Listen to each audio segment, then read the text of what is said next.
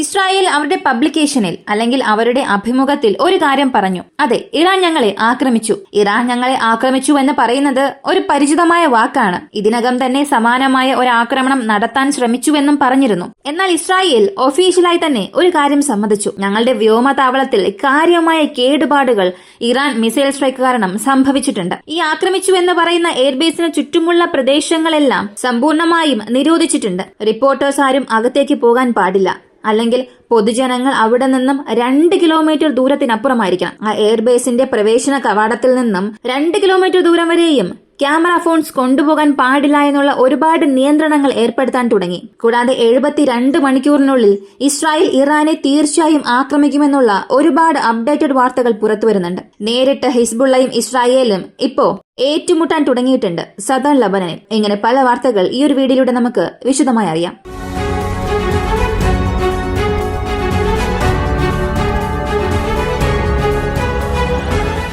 Southern Lebanon ലിതാനി റിവറിനും ഇസ്രായേലിന്റെ അതിർത്തിക്കും മധ്യയുള്ള മുഴുവൻ പ്രദേശങ്ങളെയും ഇപ്പോൾ ഇസ്രായേൽ ആക്രമിക്കാൻ തുടങ്ങിയിട്ടുണ്ട്. ഈ പ്രദേശങ്ങളിലുള്ള ജനങ്ങളെ ഉടൻ തന്നെ പുറത്തേക്ക് പോകണമെന്നുള്ള അറിയിപ്പ് നൽകിയിട്ടുണ്ട്. ഇസ്രായേലിന്റെ ഉദ്ദേശം എന്താണെന്ന് ചോദിച്ചാൽ ഈ ലിതാനി റിവറിന് നോർത്തേൺ സൈഡിൽ എങ്ങനെയെങ്കിലും ഹിസ്ബുള്ളയെ അകത്തേക്ക് പുഷ് ചെയ്യണം. ഈ മീഡിയം റേഞ്ചുള്ള റോക്കറ്റ്സ് കാരണം ഇസ്രായേലിന്റെ നോർത്തേൺ കമ്മ്യൂണിറ്റീസിന് യാതൊരു പ്രശ്നവും വരില്ല. ഈ ഒരു ചിത്രം നിങ്ങൾ നോക്കുക. ഇവിടെയുള്ള സ്ഥലങ്ങളിലാണ് ഇപ്പോൾ നേരിട്ടുള്ള ഒരു ഏറ്റുമുട്ടൽ ഇസ്രായേലിനും ഹിസ്ബുള്ളയ്ക്കും ഇടയിൽ നടക്കുന്നത്. ഇപ്പൊ ഇസ്രായേലിന്റെ ഹെലികോപ്റ്റേഴ്സ് ഈ മേഖലയിൽ നോക്കി പറക്കാൻ തുടങ്ങിയിട്ടുണ്ട്. ഇതിലൂടെ ഉദ്ദേശിക്കുന്നത് നേരിട്ടുള്ള ഏറ്റുമുട്ടലിൽ ഇസ്രായേലിന്റെ ഒരുപാട് സൈനികർക്ക് അവിടെ പരിക്ക് സംഭവിച്ചിട്ടുണ്ട്. 7 പേർ മരിച്ചുവെന്ന് ഇസ്രായേലും അറിയിച്ചിട്ടുണ്ട്. ഹിസ്ബുള്ളയുടെ വെടിയേറ്റാണോ ഇവർ മരിച്ചത്, അല്ലെങ്കിൽ മറ്റേതെങ്കിലും കെണിയിൽ കുടുങ്ങി ഇവർ മരിച്ചോ എന്നുള്ളത് ഇപ്പോഴും പുറത്തു വന്നിട്ടില്ല. എന്നാൽ IDF സൈനികരുടെ നഷ്ടം ലബനനുള്ളിൽ സംഭവിച്ചുവെന്നുള്ളത് ഇസ്രായേൽ ഔദ്യോഗികമായി പ്രഖ്യാപിച്ചു. കൂടാതെ അവരുടെ എയർബേസ് ആക്രമിച്ചുവെന്നും അവർ സമ്മതിച്ചു. ഇത് എല്ലാവർക്കും ഒരു അത്ഭുതമുണ്ടാക്കി. കാരണം എല്ലാവരും എന്താണ് പ്രതീക്ഷിച്ചത്? ഇങ്ങനൊരു ആക്രമണം നടന്നാലും ഇസ്രായേൽ പറയുന്നത് ആക്രമണം നടന്നു, പക്ഷെ വലിയ രീതിയിലുള്ള നഷ്ടങ്ങളൊന്നും ഞങ്ങൾക്ക് സംഭവിച്ചില്ല എന്നൊരു അറിയിപ്പായിരുന്നു ഇസ്രായേൽ ഭാഗത്തു നിന്നും എല്ലാവരും പ്രതീക്ഷിച്ചിരുന്നത്. സാധാരണ അവരങ്ങനെയാണ് പറയാറ്. പക്ഷേ ഈ ഒരു ആക്രമണത്തിൽ വലിയ രീതിയിലുള്ള അനന്തരഫലങ്ങൾ തന്നെ ഇസ്രായേലിന് സംഭവിച്ചിട്ടുണ്ട്. അവരുടെ എയ്റോ 2, എയ്റോ 3 ഇവയെല്ലാം ഫട്ട ഹൈപ്പർസോണിക് മിസൈൽ ഒന്നുമല്ലാതാക്കി. അകത്തേക്ക് വന്ന ഹൈപ്പർസോണിക് മിസൈലിനെ ഇസ്രായേലിന്റെ ഏതൊരു ഡിഫൻസ് സിസ്റ്റത്തെ കൊണ്ടും പ്രതിരോധിക്കാൻ സാധിച്ചില്ല എന്നുള്ളത് ആശ്ചര്യം നിറഞ്ഞ കാര്യം തന്നെയാണ്. ഇത് ആശ്ചര്യമുണ്ടാക്കിയതിന്റെ കാരണവും ഞാൻ പറയാം. ഹൈപ്പർസോണിക് മിസൈലുകളെ തടസ്സപ്പെടുത്താൻ സാധ്യമല്ല. പക്ഷെ ഇറാന്റെ സാങ്കേതിക വിദ്യയും റഷ്യയുടെ സാങ്കേതിക വിദ്യയും ചേർന്നാണ് ഈ ഒരു മിസൈൽ നിർമ്മിച്ചത്. ഈ ഭാഗത്ത് നോക്കിയാൽ എയ്റോ 2, എയ്റോ 3 എന്നത് ഇപ്പോൾ ലോകത്തിൽ ഉള്ളതിൽ വെച്ച് one of the best ballistic missile പ്രതിരോധ സംവിധാനമാണ്. ബാലിസ്റ്റിക് മിസൈൽ എന്ന് മാത്രമല്ല, ഒന്നിലധികം ഏരിയൽ ത്രെഡുകളെ നിർവീര്യമാക്കാൻ, അതായത് ആകാശത്തിൽ ഏതെങ്കിലും ഒരു വസ്തു വന്നുകൊണ്ടിരിക്കുകയാണ്, അതിനെ ഒരു ത്രെഡായി കൺസിഡർ ചെയ്യുകയാണെങ്കിൽ അതൊരു യുദ്ധവിമാനം അല്ലെങ്കിൽ ബാലിസ്റ്റിക് പ്രൊജക്ടൈൽ ഏത് തന്നെ ആയാലും അതിനെ ഡിഫെൻഡ് ചെയ്യാൻ കഴിവുള്ള ഒരു മിസൈൽ ഡിഫൻസ് സിസ്റ്റമാണ്. അതിനെപ്പോലും ഇവയെ കൊണ്ടെല്ലാം കുഴപ്പിക്കാൻ സാധിച്ചു. ഇതിലൂടെ ഇറാന്റെ ടെക്നോളജി എത്രത്തോളം വളർന്നിട്ടുണ്ടെന്നുള്ളത് മനസ്സിലാക്കാൻ കഴിയും. പുറകിൽ റഷ്യയുടെ ബാക്കപ്പ് ഉണ്ടെന്നുള്ളത് എല്ലാവർക്കും അറിയാവുന്ന കാര്യമാണ്. എങ്കിലും ഇറാൻ ഇങ്ങനൊരു മിസൈൽ നിർമ്മിച്ചു എന്നുള്ളത് വലിയ കാര്യം തന്നെയാണ്. അമേരിക്കയെ കൊണ്ടുപോലും ഈ ഹൈപ്പർസോണിക് മിസൈൽ മുഴുവനായി നിർമ്മിക്കാൻ സാധിച്ചില്ല. ഇസ്രായേലിനെ കൊണ്ടും സാധിച്ചിട്ടില്ല. ചില രാജ്യങ്ങളുടെ പക്കൽ മാത്രമാണ് ആ ഒരു ടെക്നോളജി ഉള്ളത്. അപ്പോ ഇറാന്റെ പവറും അതിവിടെ കാണിച്ചിരിക്കുകയാണ്. കൂടാതെ ഈ ഒരു എയർബേസ്, നവാടെം എയർബേസ്, മറ്റു ചില എയർബേസുകളെ ചുറ്റി ഒരു വലിയ നിയന്ത്രണം ഏർപ്പെടുത്തിയിട്ടുണ്ട്. അതിനുള്ള കാരണമായി IDF പറഞ്ഞത് പ്രവർത്തന സുരക്ഷാ കാരണങ്ങളാൽ ഇമ്പാക്ട് ഉണ്ടാക്കിയ സൈറ്റുകളിൽ നിന്ന് ആരും ചിത്രങ്ങളൊന്നും ഷെയർ ചെയ്യാൻ പാടില്ല. അത് ശത്രുക്കൾക്ക് നമ്മൾ തന്നെ നൽകുന്ന ഒരു വിവരമായി മാറും എന്ന് പറഞ്ഞു. അതിനാൽ അങ്ങനെയുള്ള ചിത്രങ്ങൾ പുറത്തു വരാൻ പാടില്ല എന്നതിനു വേണ്ടി അവരുടെ സിറ്റിസൺസിന് ഒരു നിർദ്ദേശം നൽകിയിട്ടുണ്ട്. നിങ്ങൾ ആരും ഇത് സംബന്ധിക്കുന്ന ചിത്രങ്ങളൊന്നും ഷെയർ ചെയ്യരുത്. അങ്ങനെ ഷെയർ ചെയ്യുന്നതിലൂടെ നമ്മൾ തന്നെ നമ്മുടെ ശത്രുക്കൾക്ക് വിവരം നൽകുന്നത് പോലെയാകും. കൂടുതൽ പ്രഖ്യാപനം വരുന്നതുവരെയും ആരും ഇതിനെക്കുറിച്ച് ഒന്നും പുറത്തുവിടാൻ പാടില്ല എന്നുള്ള അറിയിപ്പ് നൽകിയിട്ടുണ്ട്. സെൽഫോൺ ക്യാമറാസ് വരെയും ആ എയർബേസിന് ചുറ്റുമുള്ള സ്ഥലങ്ങളിൽ റെസ്ട്രിക്ട് ചെയ്തിട്ടുണ്ട്. ഈ മാപ്പ് ഒന്ന് നോക്കുക.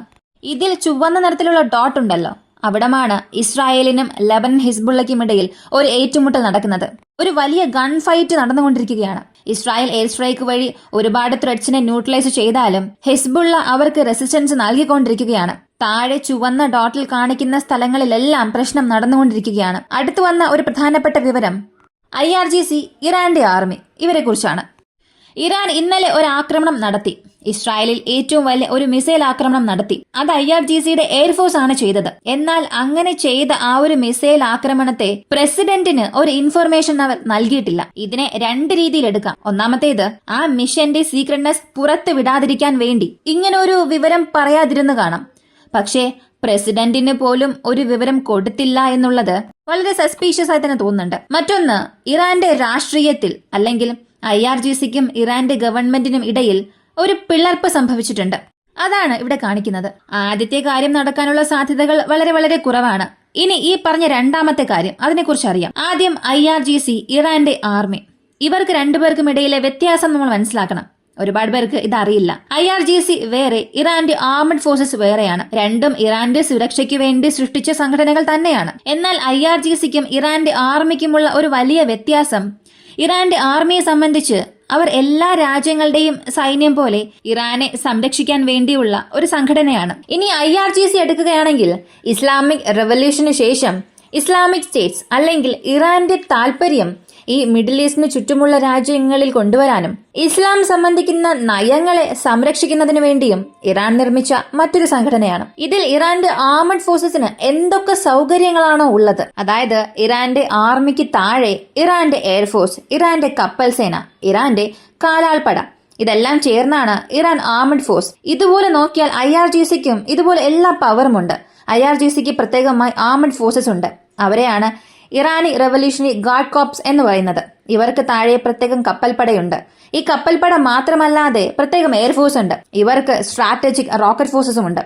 അപ്പോൾ ഇറാന്റെ ആർമി എത്രത്തോളമാണോ ഉള്ളത്, അതിൽ ഒരു 80% വരെയും ശക്തിയുള്ള ഒരു സംഘടനയാണ് ഈ IRGC. ഇന്നലെ ഈ ഒരു ആക്രമണം നടത്തിയത് IRGCയുടെ എയർഫോഴ്സ് ആണ്. പക്ഷെ ഇറാന്റെ പ്രസിഡന്റിന് ആ ഒരു ഇൻഫർമേഷൻ നൽകാതെ തന്നെ ആക്രമണം നടത്തിയിട്ടുണ്ട്. സത്യത്തിൽ ഇൻഫർമേഷൻ നൽകിയിരുന്നു എന്നുണ്ടെങ്കിൽ അദ്ദേഹത്തിന്റെ ഇൻഫ്ലുവൻസ് ഉപയോഗിച്ച് ഇത് തടയാനുള്ള സാധ്യത ഉണ്ടാകുമായിരുന്നു. കാരണം അദ്ദേഹത്തിന്റെ അപ്രോച്ച് അങ്ങനെയാണ്, വളരെ സോഫ്റ്റ് ആയ ഒരു അപ്രോച്ച്. ഇത്രയും ദിവസം നടക്കുന്ന പ്രശ്നങ്ങൾ കാണുമ്പോൾ തന്നെ നിങ്ങൾക്ക് മനസ്സിലായിട്ടുണ്ടാകും, വളരെ സോഫ്റ്റ് ആയ അപ്രോച്ചാണ് അദ്ദേഹം എപ്പോഴും സ്വീകരിക്കുന്നത്. അതിന് കാരണവും ചില സ്ഥലങ്ങളിൽ അദ്ദേഹം പറഞ്ഞിട്ടുണ്ട്.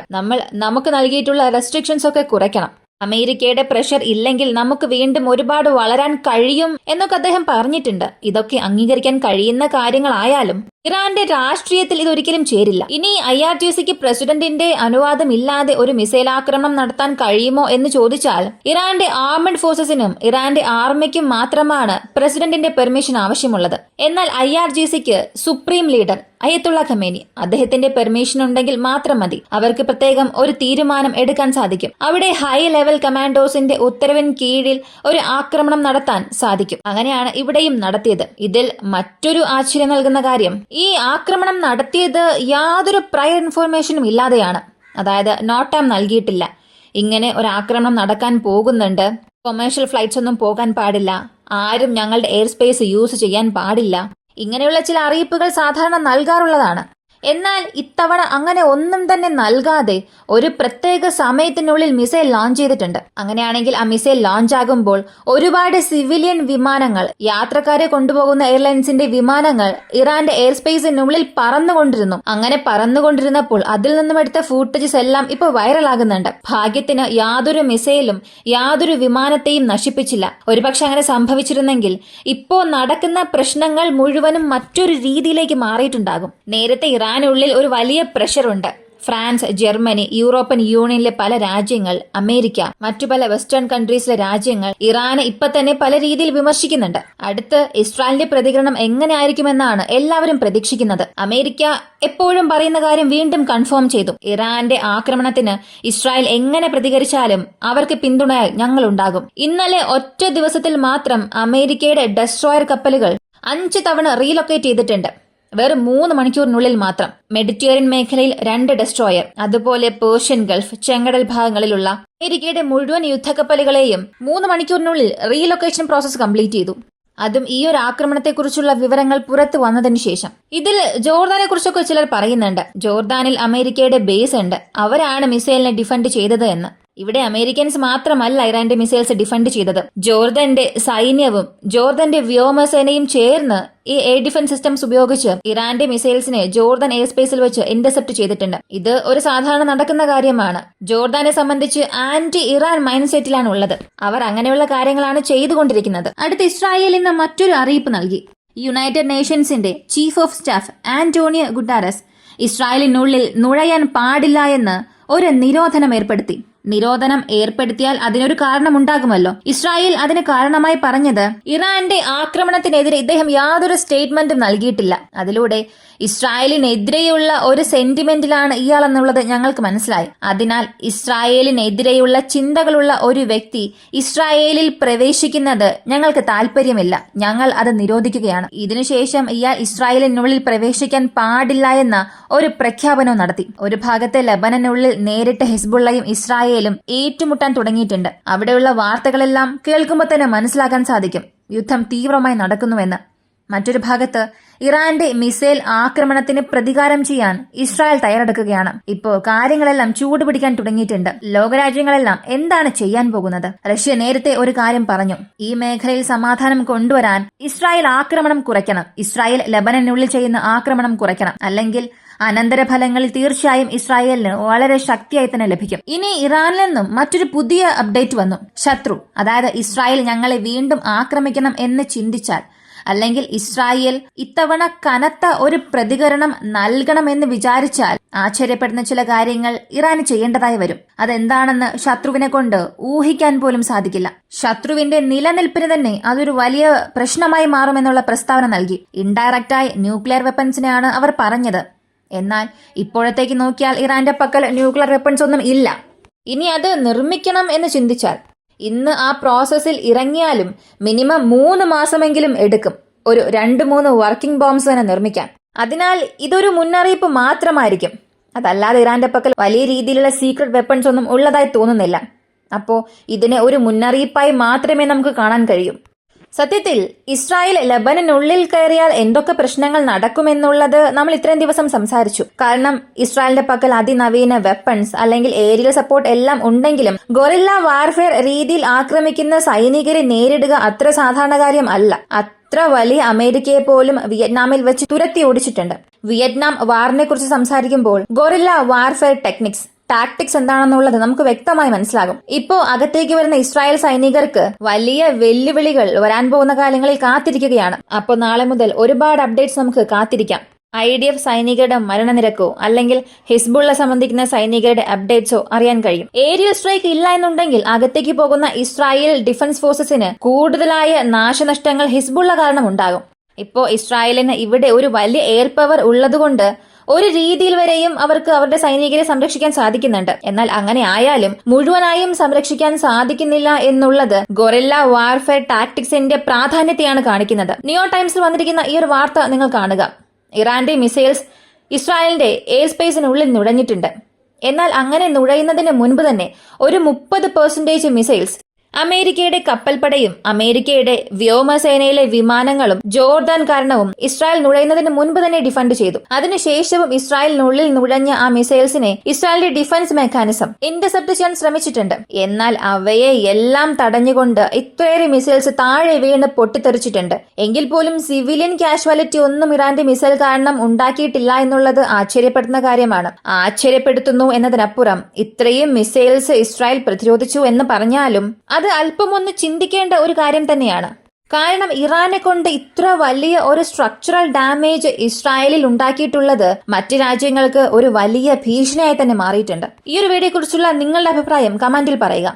പ്രധാനമായും ഇസ്രായേൽ ഇറാന് എതിരെയുള്ള ഒരു റിട്ടാലിയേഷൻ നടത്തുകയാണെങ്കിൽ തീർച്ചയായും അതിന്റെ അനന്തരഫലങ്ങൾ വളരെ ശക്തിയേറിയതായിരിക്കുമെന്ന് ഇറാൻ തന്നെ പറഞ്ഞു. ഇതിൽ ഇപ്പോ അമേരിക്കയും ചേർക്കുകയാണെങ്കിൽ തീർച്ചയായും ഒരു വലിയ യുദ്ധമെന്നത് മധ്യകിഴക്കിൽ ഉണ്ടാകും. അതാരെക്കൊണ്ടും ഇല്ല എന്ന് പറയാൻ കഴിയില്ല. എന്നാൽ ഇത്രയും പ്രതിരോധ സംവിധാനങ്ങളെ ഒരു മിസൈൽ തകർത്തകത്തേക്ക് കയറുമ്പോൾ അതൊരു കൺവെൻഷണൽ വെപ്പൺ ആണെങ്കിൽ നമുക്ക് സാരമില്ല എന്ന് പറയാം. ഒരു പക്ഷേ ആ ഹൈപ്പർസോണിക് മിസൈലിനുള്ളിൽ ഒരു ന്യൂക്ലിയർ വാർഹെഡ് ഉണ്ടെങ്കിൽ ഏതൊരു എയർ ഡിഫൻസ് സിസ്റ്റവും അവിടെ സുരക്ഷ നൽകില്ല എന്നുള്ളത് റഷ്യ ഉക്രൈൻ യുദ്ധത്തിലൂടെ തന്നെ തെളിയിക്കപ്പെട്ടിട്ടുള്ളതാണ്. പാട്രിയോട്ടിനെ റഷ്യയുടെ കിൻസാർ ഹൈപ്പർസോണിക് മിസൈൽസ് ആക്രമിച്ചു. മറ്റൊരു ഭാഗത്ത് ഇസ്രായേലിന്റെ ഡിഫൻസ് മെക്കാനിസത്തെ ഫട്ട ഹൈപ്പർസോണിക് മിസൈലും ബ്രീച്ച് ചെയ്ത് അത് മറ്റൊരു തവണ വീണ്ടും ലോകത്തിന് വെളിപ്പെടുത്തി കൊടുത്തു. ഈ ഒരു വീഡിയോയെക്കുറിച്ചുള്ള നിങ്ങളുടെ അഭിപ്രായം കമന്റിൽ പറയുക. വീഡിയോ ഇഷ്ടമായ ലൈക്ക് ചെയ്യുക, ഷെയർ ചെയ്യുക. നമ്മുടെ ചാനൽ ആദ്യമായി കാണുന്നവരാണെങ്കിൽ മറക്കാതെ സബ്സ്ക്രൈബ് ചെയ്ത് സപ്പോർട്ട് ചെയ്യുക. മറ്റൊരു വീഡിയോയുമായി വീണ്ടും കാണാം.